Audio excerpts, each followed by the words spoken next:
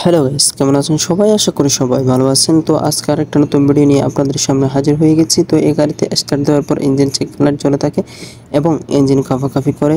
ইঞ্জিনের সব ঠিক আছে, সব চেক করার পরে কোনো সমস্যা পেলাম না। কম্পিউটার বাহাস করে দেখবো এটা যেহেতু একটা হুন্ডাই গাড়ি, তাহলে আমি হুন্ডাইটা সিলেক্ট করে নিলাম।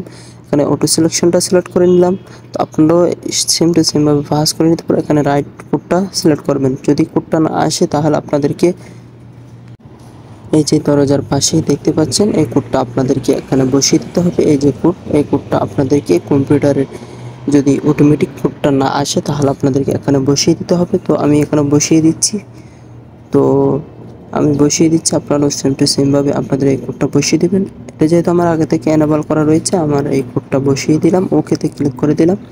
ওকেতে ক্লিক করার দেওয়ার পর আপনার এখানে যদি ইন্টারফেস সব ঠিক থাকে, গাড়ির সব ঠিক থাকলে আপনি এসে ক্লিক করে দিবেন।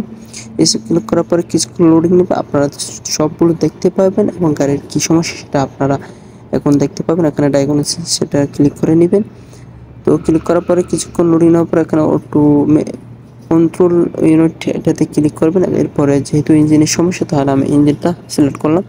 তো আমি যেভাবে দেখাচ্ছি আপনারা সেম টু সেমভাবে কাজ করলে অবশ্যই আপনাদের কোনো সমস্যা হবে না। তো এখানে ট্যাবলেট কোডসে ক্লিক করার পর এখানে তো এখানে কোড চলে আসলো। এখানে আপনার গাড়ির কি সমস্যা সেটা আপনি এখানে দেখতে পাবেন। এখানে বলতেছে currency position CKV, currency position CMP. এটার অর্থ হচ্ছে আপনার গাড়ির কারেন্সি যার মাধ্যমে গাড়ির স্টার্ট হয় এবং যেই সেন্সরের মাধ্যমে গাড়ির স্টার্ট হতে সাহায্য করে, কম্পিউটারকে সিগন্যাল প্রদান করে।